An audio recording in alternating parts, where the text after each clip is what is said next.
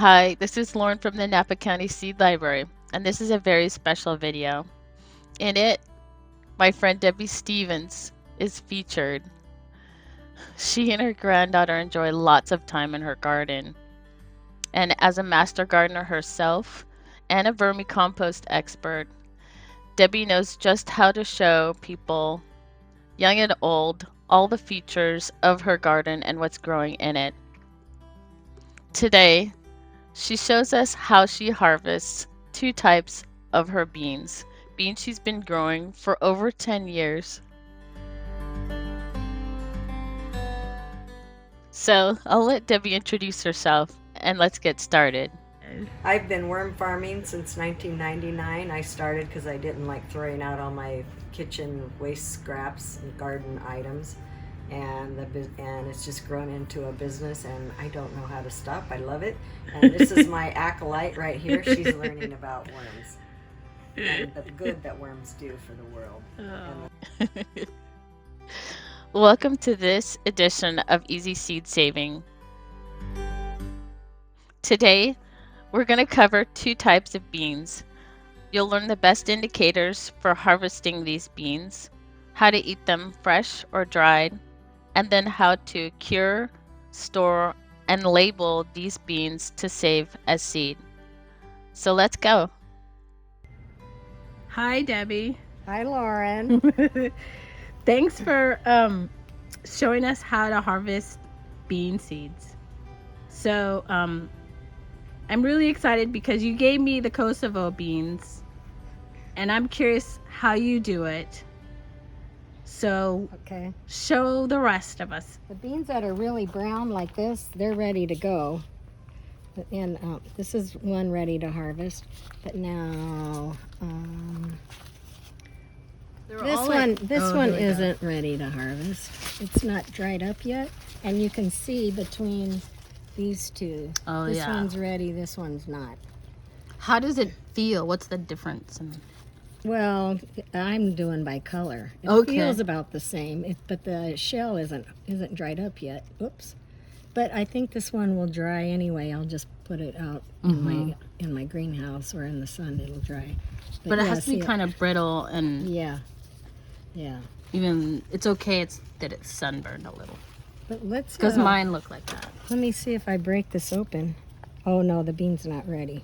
No, it's it needs to be more brown. Okay. I'll put it in the greenhouse and see what happens. But Okay. this one, you can hear it popping. Right. And there you go. Oh, And it's there's got quite that a few. awesome two-tone color. Yeah. And these beans I've been regrowing for about 10 years. A friend of mine from Master Gardener program got them from somebody that was from Kosovo.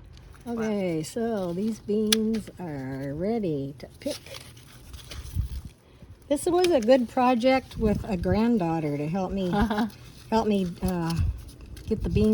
the beans out of there. So it's like kid friendly. It's kid friendly. Yeah. So there's kind of a difference between these. One is browner than the other, a little bit lighter color. They're wrinkled too a little I bit. think the plant will keep producing beans for several more weeks. Usually by October, most of the leaves are off and the beans all look like this. So I sometimes wait a while. So you could just let the plant go and not pluck anything until. Yeah, you can wait. So here's more. This one was crispy and I squeezed a little bit and it popped open. Wow, those are big too. And then the shells are great to give to the worms in the worm compost. Oh gosh. Okay.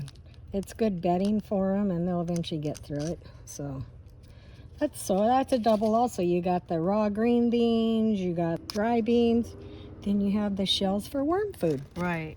That's triple. It's an all-win situation. Triple treat. Here's a flower, a future bean. Right. Wow. So all we know the name is Kosovo beans. We know nothing else. And I've been regrowing these beans every year, and you can freeze them and throw them in things all year round. They're wonderful. I really like them. Can you eat them fresh? Yeah, here's some. You got it growing on a great trellis. Here's a. These are these okay. are like this one is still really flat. There's some bean producing in here, but it's not ready yet. Here's a littler one. Okay. This one's a little bit bigger. So you can eat them fresh when they're small. They're delightful. They're very good. And then when they get ahead of me and I didn't get them when they're small, then I just leave them on the vine and they turn into dried beans. So these are really great beans. You have fresh green beans or dried beans, and these are all various stages of the beans right here. Perfect.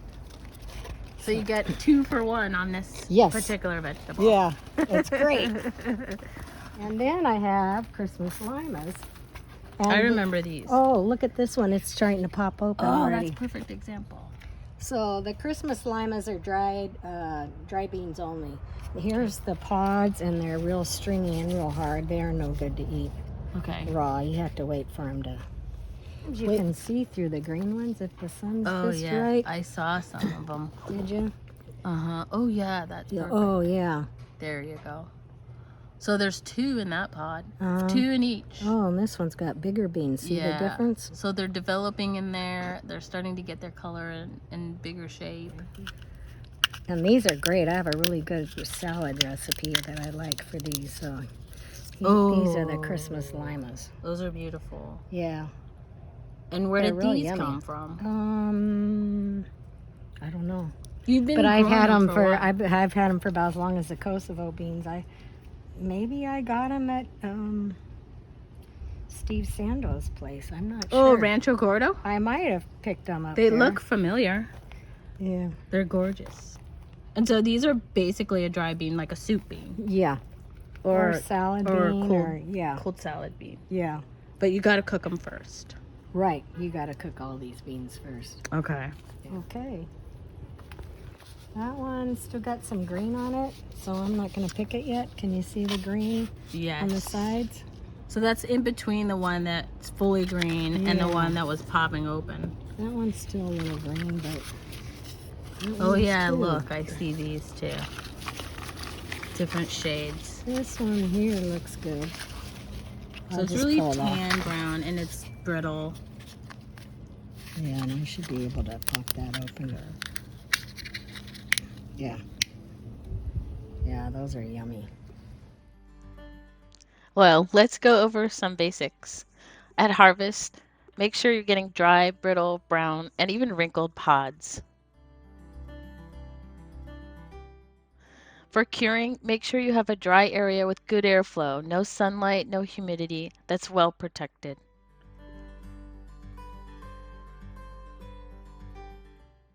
For storing, again, a cool, dark, and dry sealed container works best to keep out pests and sunlight and humidity.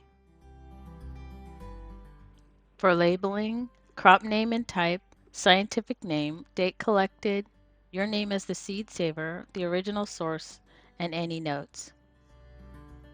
What a joy to be in Debbie's garden. Her granddaughter shows so well how much she's learned from her and how much she cares about her natural environment.